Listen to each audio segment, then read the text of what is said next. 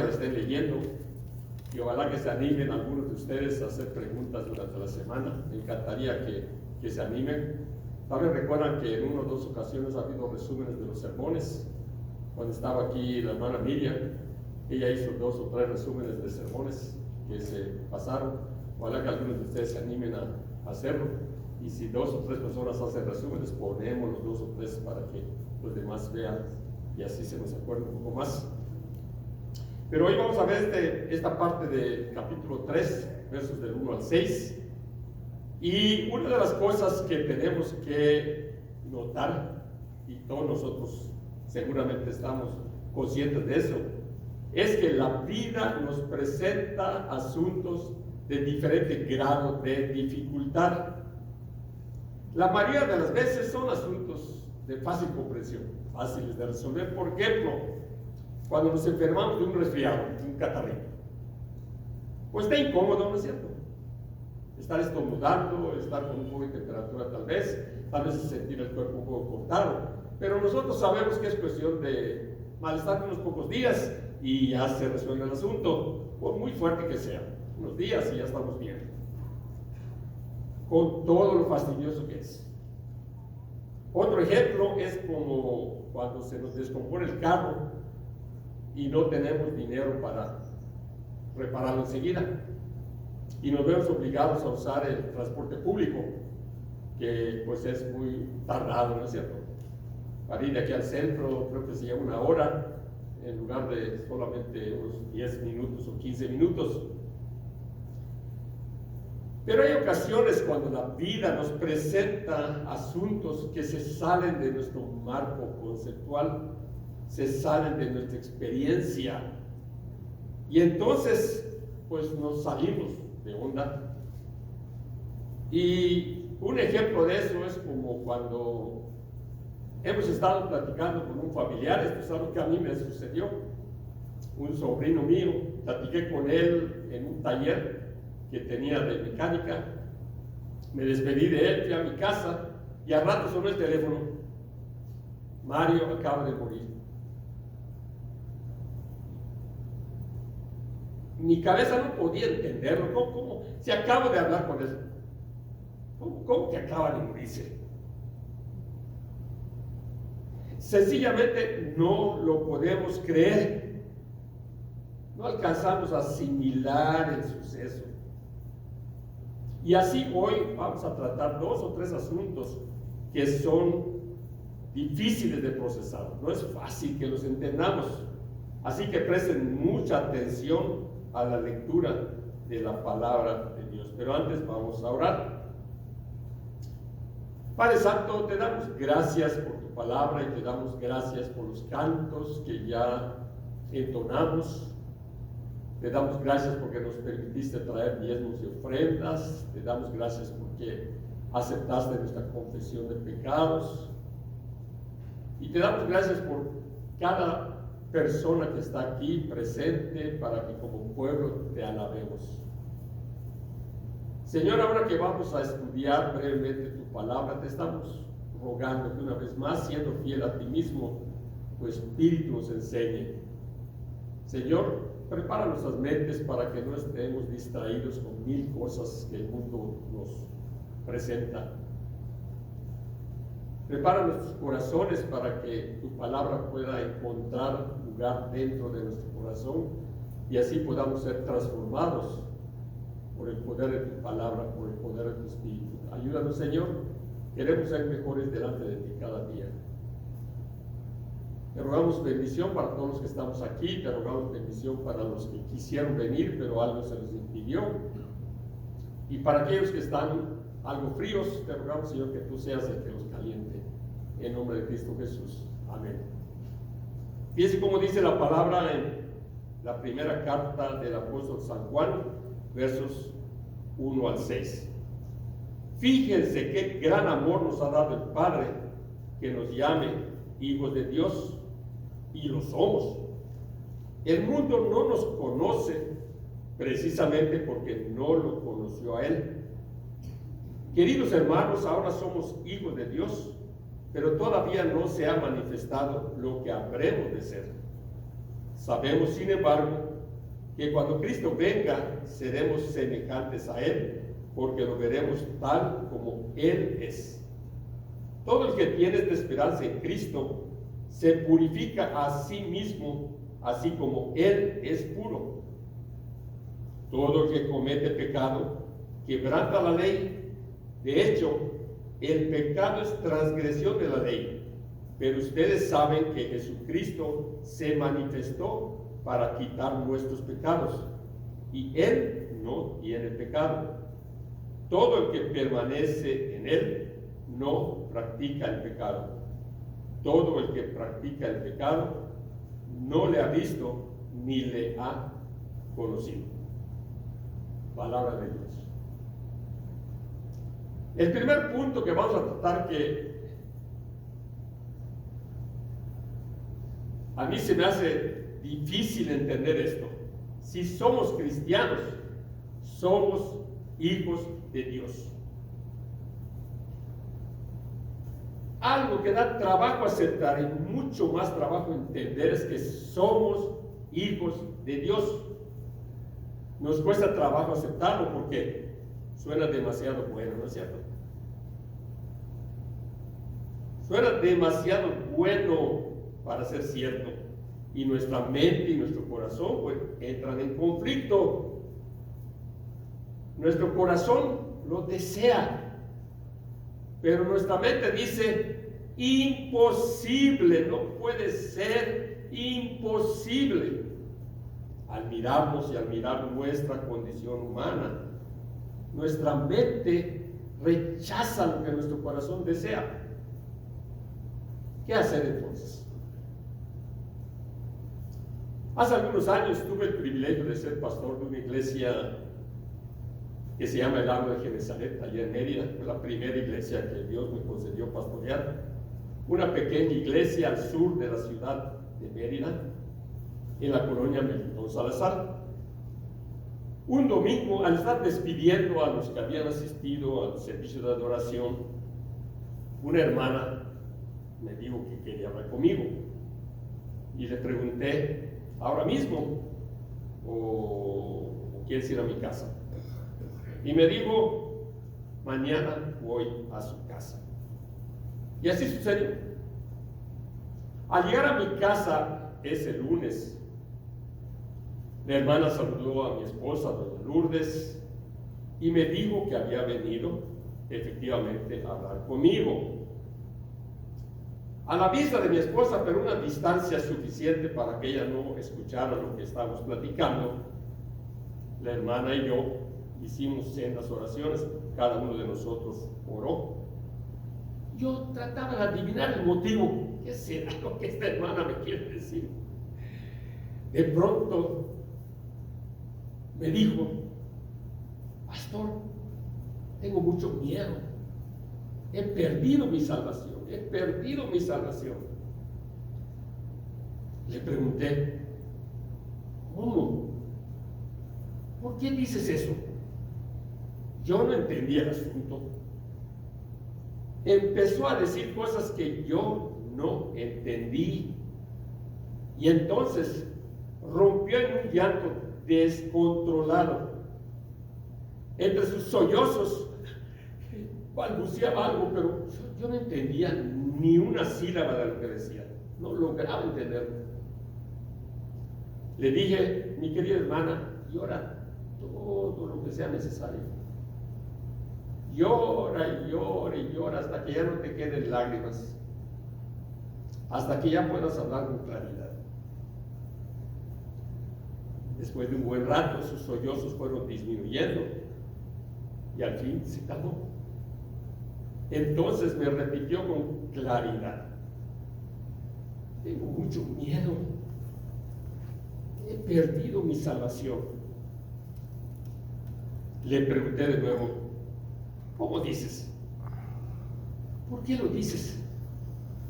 Entonces, con una voz casi inaudible, me dijo: Dios ya no me escucha. Dios ya no me tiene en cuenta. Le dije: no entiendo, explícame. Entonces me explicó que antes, cada vez que oraba, ella sentía la presencia de Dios.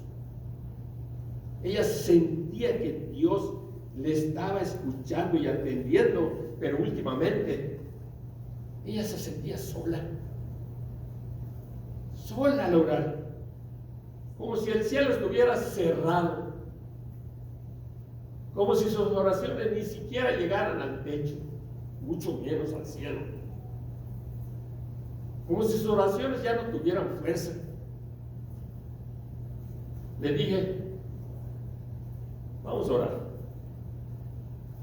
después seguiremos hablando.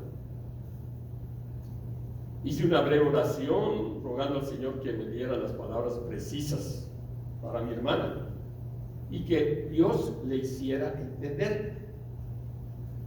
Después de orar le dije, a ver, cuéntame cómo fue que empezaste a ser cristiana. Muy amablemente, con mucho entusiasmo, me relató su conversión. Me contó cómo había recibido el Evangelio y había reconocido a Jesús como su único y suficiente Señor y Salvador. Enseguida yo le dije, ¿tienes hijos? ¿Tienes varios hijos, verdad? Y me dijo, sí tengo. Y le pregunté, ¿siempre se portan bien? ¿Todo el tiempo se portan bien? Con una corta risita me dijo, la mayor parte del tiempo. Son muy buenos chicos, especialmente las niñas. Te felicito, le dije. Entonces, nunca te han sacado de quicio. Nunca has siquiera pensado o te han dado ganas de darles una buena paliza. Claro que sí, me dijo, pero pocas veces. Ajá, le respondí. Y en esos momentos han dejado de ser tus hijos. Ella me dijo, no, jamás. Enseguida le dije que abriera su Biblia en el Evangelio según San Juan, en el capítulo 1. Le dije que leyera lentamente, muy lentamente, los versículos 1 al 13. Y ella leyó como sigue. En el principio ya existía el Verbo, y el Verbo estaba con Dios, y el Verbo era Dios. Él estaba con Dios en el principio. Por medio de Él todas las cosas fueron creadas.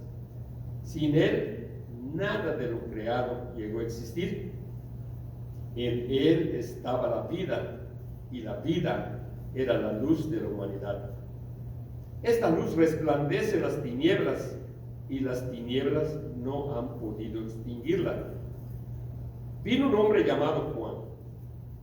Dios le envió como testigo para dar testimonio de la luz, a fin de que por medio de él todos creyeran. Juan no era la luz, sino que vino para dar testimonio de la luz. Esa luz verdadera, la que alumbra a todo ser humano, venía a este mundo. El que era la luz ya estaba en el mundo, y el mundo fue creado por medio de él, pero el mundo no lo reconoció. Vino a lo que era suyo, pero los suyos no le recibieron. Mas a cuantos le recibieron, a los que creen en su nombre, les dio el derecho de ser hijos de Dios. Estos no nacen de la sangre, ni por deseos naturales, ni por voluntad humana, sino que nacen de Dios.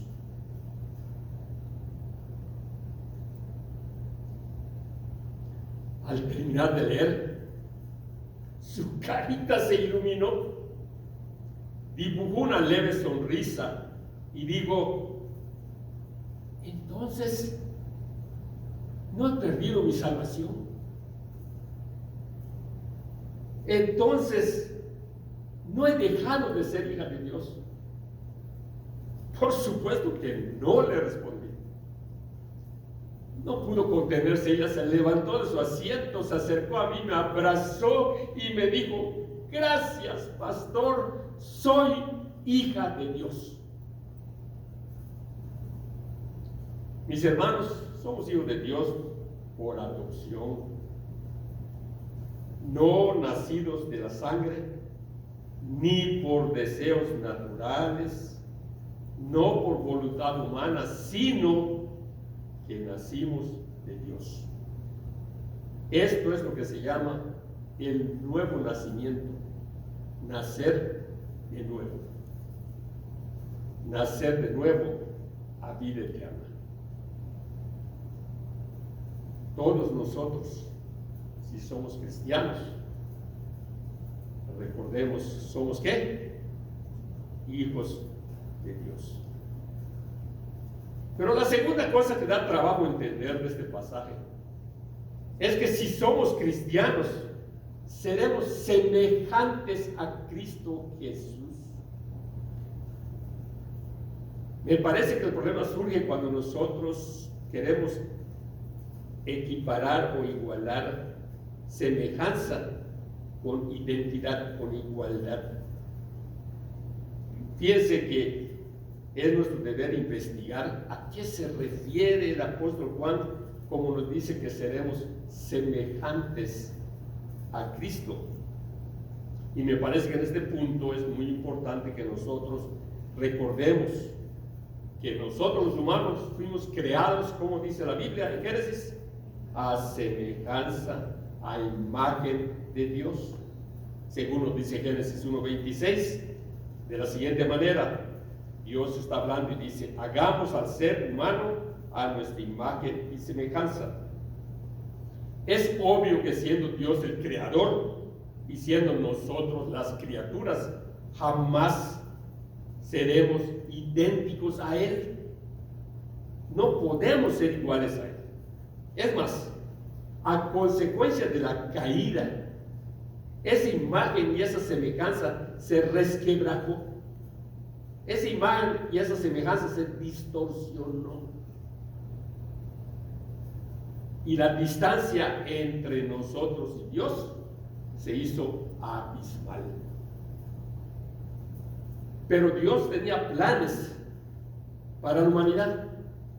Dios tenía un plan de rescate en la persona de su Hijo, nuestro Señor Jesucristo, quien dio su vida en rescate por nosotros.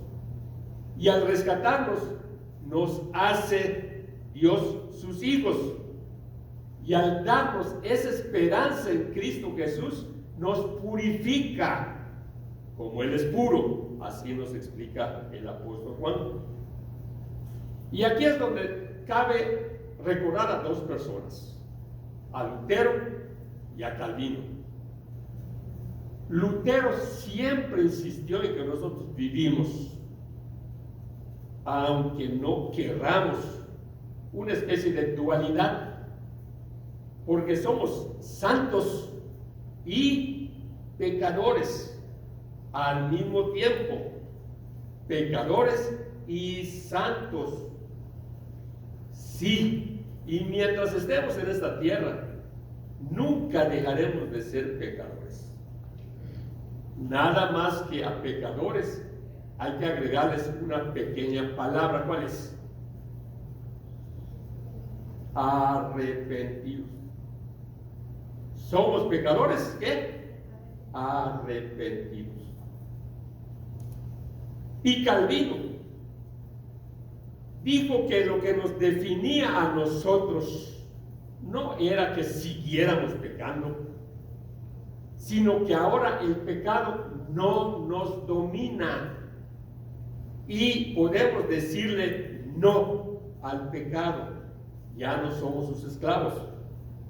Así que, según Calvino, lo que nos define a nosotros los cristianos es nuestra aspiración a ser puros, así como Cristo Jesús es puro, y eso nos imparte pureza.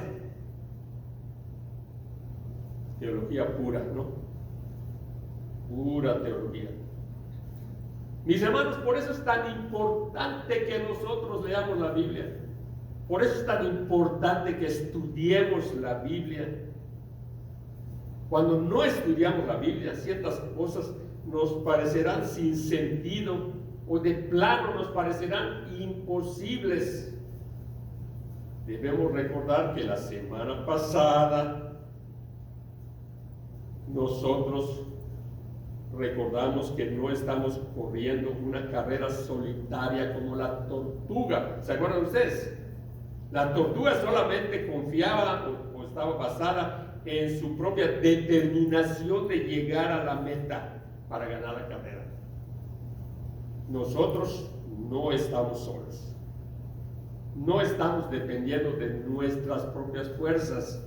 Nosotros estamos dependiendo en Cristo Jesús, quien está siempre a nuestro lado, en nosotros y con nosotros por medio del Espíritu Santo. El Espíritu Santo, recuerden ustedes, es nuestro abogado y es nuestro consolador. Por eso sabemos que seremos un día semejantes a Él en pureza. Por último, en tercer lugar, si somos cristianos, nosotros no practicamos pecado. Este punto está lógicamente ligado al anterior y el anterior está ligado al primero. Toda vez que somos cristianos, somos hijos de Dios y seremos puros como Él es cuando Él venga. Ahora piense bien. Si somos hijos de Dios y anhelamos la pureza de Cristo, pues simplemente no vamos a practicar el pecado. Cuando decimos que no practicamos el pecado, lo que estamos diciendo es que el pecado ya es una especie de anomalía en nuestras vidas. Ya no es la ley del día, ya no es la costumbre que tenemos, ya no es la manera en que vivimos. Sin lugar a dudas, a veces resbalamos y a veces caemos. ¿Por qué? ¿Se acuerdan ustedes por qué? Porque vivimos, por así decir, ¿dónde? En la casa del jabonero. Recuerden, ya lo hemos dicho varias veces. Pero el que vivamos en casa del jabonero explica por qué resbalamos y caemos. No nos justifica. No podemos decir, porque vivo en casa del jabonero, pues voy a resbalar y voy a caer. ¿Sí se entiende esto? Explica por qué, no lo justifica. Y entonces lo que hay que hacer es que tienes que examinar tu vida. Tú sabes lo que piensas, tú sabes lo que dices, tú sabes lo que haces. Si eres cristiano, enseguida que cometes un pecado, el Espíritu Santo te redarguye, el Espíritu Santo te reprende y debes arrepentirte inmediatamente, no al día siguiente. Apenas el Espíritu Santo te muestre que has cometido pecado, es hora de acudir a los pies de la cruz de Cristo para obtener limpieza de manera inmediata. Pero si encuentras que cometes pecado, así como tomar una horchata, como comerte un buen taco, como si nada, esto es una señal posible de dos cosas. La primera es que tu desobediencia está haciendo que tu conciencia se quede embotada, que tu conciencia se quede adormecida, o de plano, la segunda posibilidad es que no eres cristiano, lo cual sería terrible para ti, porque eso te pone en el campo enemigo de Dios. Vienes a ser como los egipcios que salieron junto con los israelitas allá cuando, ¿se acuerdan? Después de la noche de Pascua, que salieron los israelitas y junto con los israelitas fueron muchos egipcios. Esos egipcios, muchos de ellos no dejaron de ser egipcios de corazón. Querían las ventajas del pueblo escogido, pero no querían el compromiso. Así que no pasaron a ser parte del pueblo de Dios, como, ¿se acuerdan?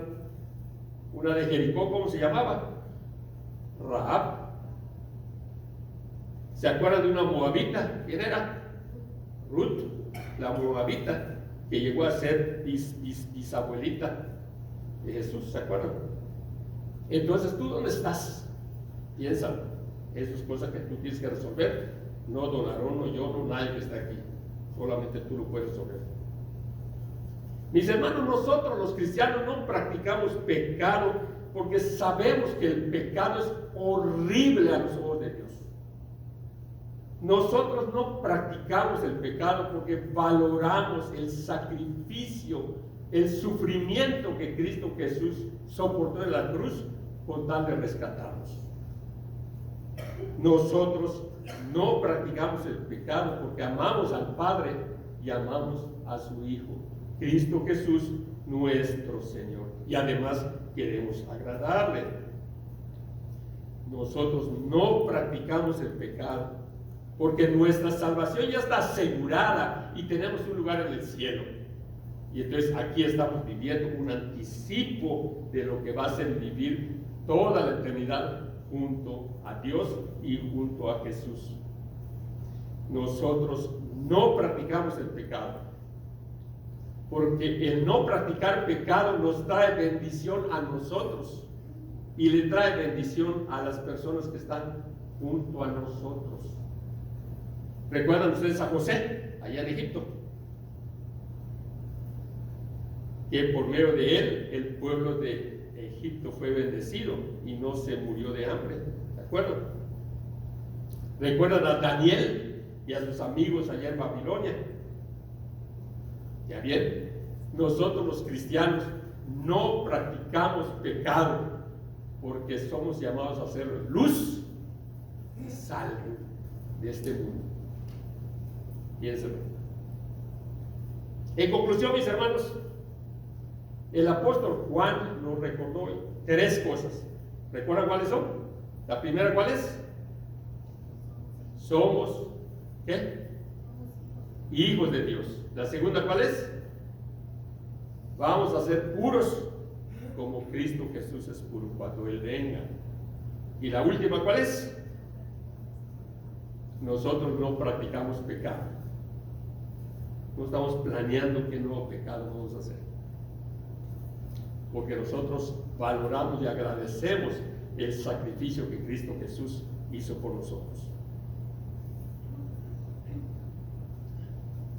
Cristiano, cuando piensas en estas cosas, si todavía tienes dudas de si eres hijo de Dios, si todavía tienes dudas de que vas a ser puro como Él es puro, si tienes duda de tu capacidad de no practicar pecado, díselo a Dios. Él es el único que te puede quitar tus dudas. Es el único que puede darte paz en tu corazón y cambiar tu marco conceptual de modo que vivas la vida cristiana plenamente, realmente. Y si no eres cristiano, pues Dios te está llamando una vez más por medio de su palabra. Arrepiéntete de querer ser el dueño de tu vida. Es imposible que tú seas el dueño de tu vida. Es algo imposible. Ven a Cristo Jesús. Vamos a orar. Padre Santo, te damos gracias por este breve pasaje pues a mí me parece complicado. Me parece complicado porque, por un lado, pues está chévere, está bonito, pero ¿cómo es realidad esto? Señor, que tu Espíritu nos confirme a cada uno de nosotros tu palabra, de tal manera que la aceptemos porque es tu palabra, tú lo estás diciendo. Y permite, Señor, que cualquier persona que quizá más tarde llegue a oír esta enseñanza por medio de alguno de nosotros, que venga a la fe si todavía no te conoce, y que la gloria sea para ti y para ti nada más. Mis hermanos, antes de recibir la bendición, quisiera yo que aprendamos un coro, algunos de ustedes ya lo saben, se llama Mirad cuán amor nos ha dado, vean. Mirad cuál amor nos ha dado el Padre.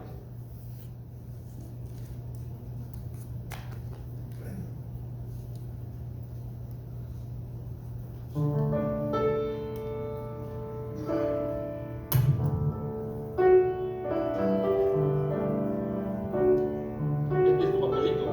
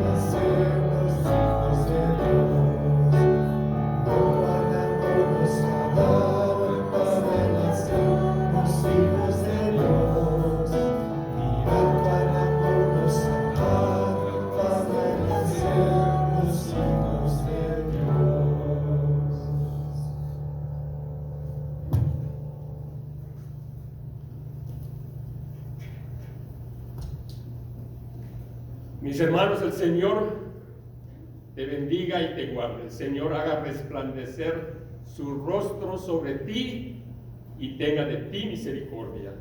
El Señor alce sobre ti su rostro y te dé paz. Amén. ¿Qué les parece que cantemos una vez más así de pie?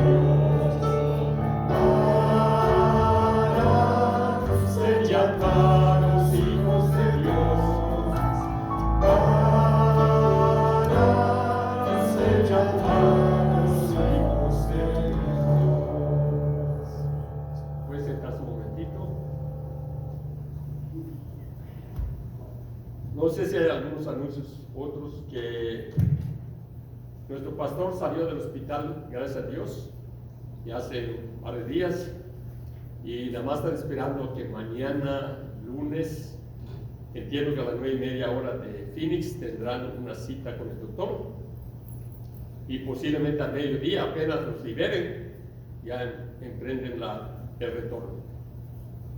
El doctor está muy feliz del progreso que él ha tenido. Tenía que hacer ejercicio de caminata, no sé, 4 veces al día, no sé qué tanto caminaba, si 10 minutos o 15, pero con su burrito iba caminando, y el doctor está muy feliz por la forma en que prosperó su recuperación. Así que sigan orando, el Señor nos ha escuchado y está bien. Todavía no saben qué tienen. Entonces sigan orando. El cirujano que lo operó dijo que a él ve posibilidad de que sea cáncer, pero tampoco dijo que es cáncer.